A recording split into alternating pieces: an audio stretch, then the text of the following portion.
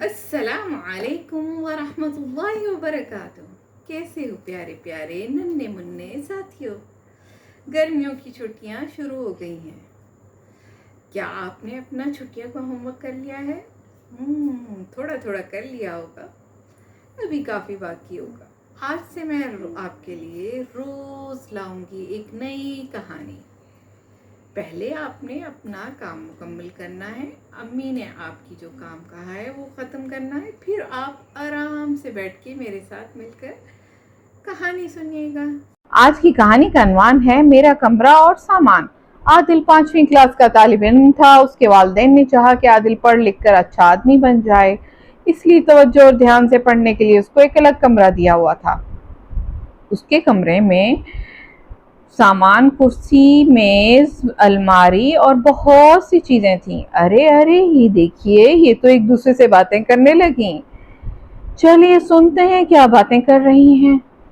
کرسی نے میز کی طرف متوجہ ہوتے ہوئے فخریہ کہا، میں تجھ سے زیادہ فائدے بخش ہوں۔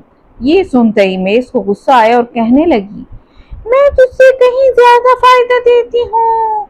کرسی نے کہا، تو صرف پڑھنے کے کام آتی ہے اور میں تو پڑھنے لکھنے میں بھی ساتھ دیتی ہوں اور راحت اور سکون بھی پہنچاتی ہوں۔ میز نے جواب دیا، پڑھنے لکھنے میں مدد دینا ہی میرا فخر کے لیے کافی ہے۔ اس دوران ایک کونے میں بچھا ہوا پلنگ بول اٹھا، میں تم دونوں سے بہتر ہوں۔ کرسی نے غصے میں کہا، تم مجھ سے کس طرح بہتر ہو سکتی ہو؟ پلنگ نے جواب دیا، میں تجھ سے زیادہ راحت پہنچاتا ہوں۔ جتنا وقت میرے اوپر گزارا جاتا ہے کسی اور جگہ نہیں گزارا جاتا۔ میز مسکراتے ہوئے درمیان میں بول پڑی، آپ تو جناب سستی و کاہلی پر تعاون کرنے والے ہیں اور میں چستی اور پڑھنے میں مددگار ہوں۔ ادھر سے ایک الماری میں میدان میں آئی اور کہنے لگی، ارے یہ جھگڑا چھوڑو، میں تو اپنے سے بہتر کسی کو نہیں سمجھتی۔ پلنگ نے جواب دیا، تو بالکل بے فائدہ ہی ہے۔ الماری نے کہا، اگر میں بے فائدہ ہوں تو قیمتی کپڑوں اور قیمتی سامان کی حفاظت کون کرتا ہے؟ اور یہ دیکھو میرے آئینے کی طرف، اس میں ہر ایک اپنی شکل و صورت اچھی طرح سے دیکھ سکتا ہے۔ اسی گفتگو کے دوران عادل کمرے میں تیزی سے داخل ہوا، اپنے بستر پر کرسی کے اوپر زور سے پٹکا، جوتا اتارنے کے لیے پاؤں جھٹکا تو جوتا پلنگ پر جا پڑا۔ پھر جلدی سے الماری کھولی اور خوبصورت سی فٹ بال نکالی اور کمرے میں ہی کھیلنا شروع کر دیا۔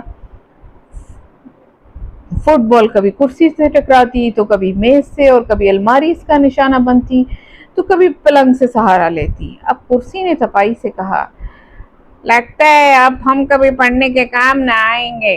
میز نے جواب دیا، ہائے افسوس، یہ کیا ہو گیا؟ ادھر سے پلنگ چیخا، یہ تو جوتا تو ہٹاؤ، میں تو انسانوں کی راحت اور آرام کے لیے ہوں، جوتوں کے لیے نہیں۔ الماری نے مذاق اڑاتے ہوئے کہا، اب ہر ایک نے اپنی اصلیت پہچان لی، اب تو جھگڑا ختم ہو گیا نا۔ عادل نے ایک زوردار کک لگائی، فٹ بال جا کر الماری کے شیشے سے ٹکرائی اور ایک زوردار دھماکہ ہوا۔ عادل کی امی جلدی سے کمرے میں آئیں تو دیکھا کہ شیشہ سارے کمرے میں بکھرا پڑا تھا۔ والدہ کو بہت غصہ آیا اور صدمہ بھی ہوا۔